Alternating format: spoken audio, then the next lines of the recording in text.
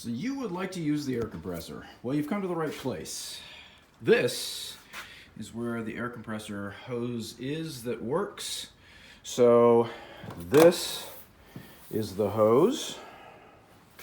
It's 50 feet long.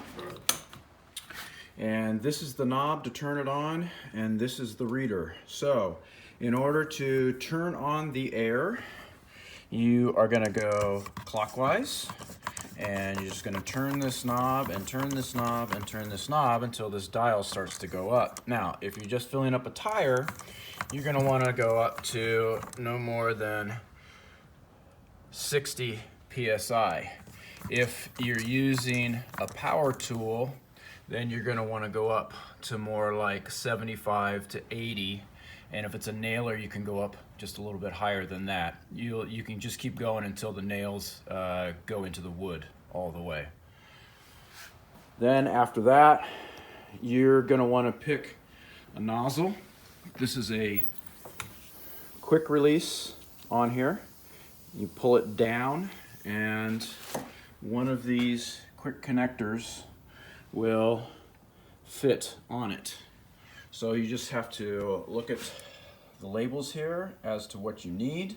So if you're going to do a tire, we have two different kinds. There's the short stub that you see a lot of times on ones at the gas station.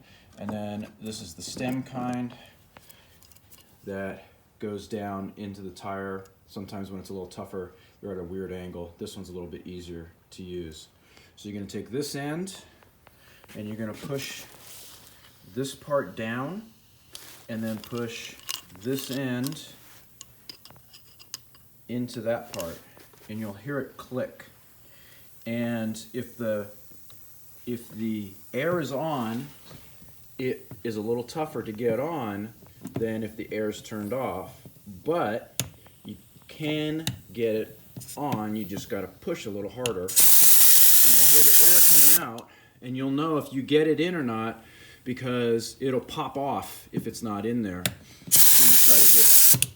So I've got the air turned up pretty high, and one-handed it's really hard to do, but you can do it two-handed, or you can pick the nozzle that you want to begin with and then put it on before you do that. So this is the one that we use to spray off tools with. It's got a much more narrow hole to it.